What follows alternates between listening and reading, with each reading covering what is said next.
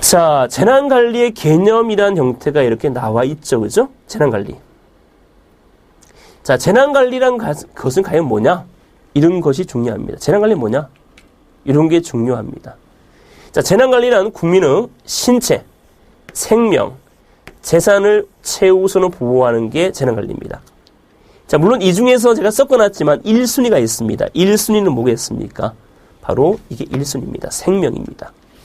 그죠? 2순위는 뭡니까? 신체입니다. 3순위는 뭡니까? 재산이 됩니다. 이 중에서 중요한 건 뭐다? 생명입니다. 돈이 1,000억이 있다. 그래서 1,000억을 먼저 갖고 가는 게 아니라 생명이 어떻게 돼야 된다? 중시돼야 되는 것이 됩니다. 이것이 최우선이 되겠죠. 자, 나오네요. 재난관리 정의 나옵니다. 재난을 예방, 대비, 대응, 복구. 이것이 반드시 나와야만 재난관리가 됩니다. 재난관리라는 것은 반드시 뭐가 나와야 한다? 이것이 예방, 대비, 대응, 복구가 나와야 합니다. 이것이 나오지 않고는 재난관리라는 것이 언급되지 않습니다. 이렇게 문제 나옵니다. 안전관리란 예방, 대비, 대응, 복구다. 이건 틀립니다, 이거. 알겠죠? 재난관리라는 것은 바로 뭐다? 예방, 그죠? 대비, 대응, 복구, 이런 것을 뭐라 한다? 재난관리랍니다. 그래서 이런 모든 활동 말한다 했습니다. 제가 좀 전에 말씀이 들었듯이 재난 어디에서? 여기에서 재난이라는 것이 발생이 됩니다. 오케이? 예방은 미티게이션을 했는데 예방은 완화를 할 수 있고요. 대비를 뭘 할 수 있다? 준비를 할 수 있고요. 대응은 구급하는 거고 복구는 이재민 지원하는 단계입니다. 그래서 요번 차트 배울 것은 반드시 예방, 대비, 대응, 복구가 바로 뭐다? 재난관리다. 이것이 핵심적 내용이 됩니다. 자, 재난관리 개념. 가장 중요한 것은 생명과 신체와 재산을 보호한다. 예방, 대비, 대응, 복구가 바로 뭐다? 재난관리다. 이 형태가 상당히 중요한 포지션이 됩니다. 자, 재난관리 개념, 재난관리 프로세스가 나오고 있죠. 발생 전, 재난 진행이고요. 발생, 원인, 발생 후 결과가 됩니다. 발생 전은 뭐다? 예방, 위험의 최소화에 중점을 둬야 되는 거죠. 근데 사실은 이게 상당히 어려워요. 뭐냐면 어디까지 예방을 해야 될 것이냐, 어디까지를 최소화해야 될 것이냐, 이런 게 어렵다는 얘기입니다. 자, 이런 겁니다. 뭐냐면, 자, 어차피 첫째 시간이 이기 때문에 여러 가지 전체적 흐름을 한번 생각해 보시기 바랍니다. 일본 같은 경우는 쓰나미가 발생이 되었습니다. 그래서 처음에는 조금 밖에 안 됐는데 두 번 좀 높아졌어요. 그래서 이 뚝을 점점 어떻게 했냐면 이 방제 뚝을 있죠. 처음보다는 더 높게, 더 튼튼하게 지었습니다. 또 더 크게 발생이 되는 거야. 그래서 더 크게 이 뚝을 지었어요. 이렇게. 또 더 크게 발생되는 거야. 그래서 이제 완전히 크게 지었어요. 그런데 여기 있는 여기 거주자 수는 줄어드는 거예요. 여기 한 명 살아요. 그런데 이런 뚝을 쌓을 필요가 있냐? 이런 부분에 대해서 문제가 지금 대두의 실정입니다. 그래서 이런 예방도 물론 중요하지만 요즘은 효율성도 상당히 중요하고 이전에 사람 어떻게 대피시키는 부분도 상당히 중요한 형태가 되겠죠. 그렇죠? 다른 데로 이주를 한다든가 이런 것도 중요한 형태가 됩니다. 그래서 예방이라는 부분도 상당히 중요하고요. 위험을 최소화합니다. 자, 재난이 발생되었다면 신속하고 효과적 대응이 됩니다. 원인이라는 것을 반드시 밝혀져야 되겠죠. 신속과 효과적 대응하기 위해서는 뭐가 중요하냐면 매뉴얼이 중요합니다. 매뉴얼.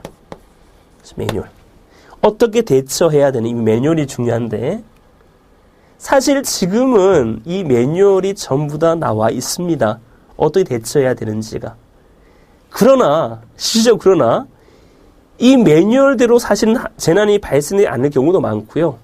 또한 제가 처음에 말씀드렸듯이 받아들이는 게 중요한 것이지 이것이 있는 것이 중요한 게 아닙니다.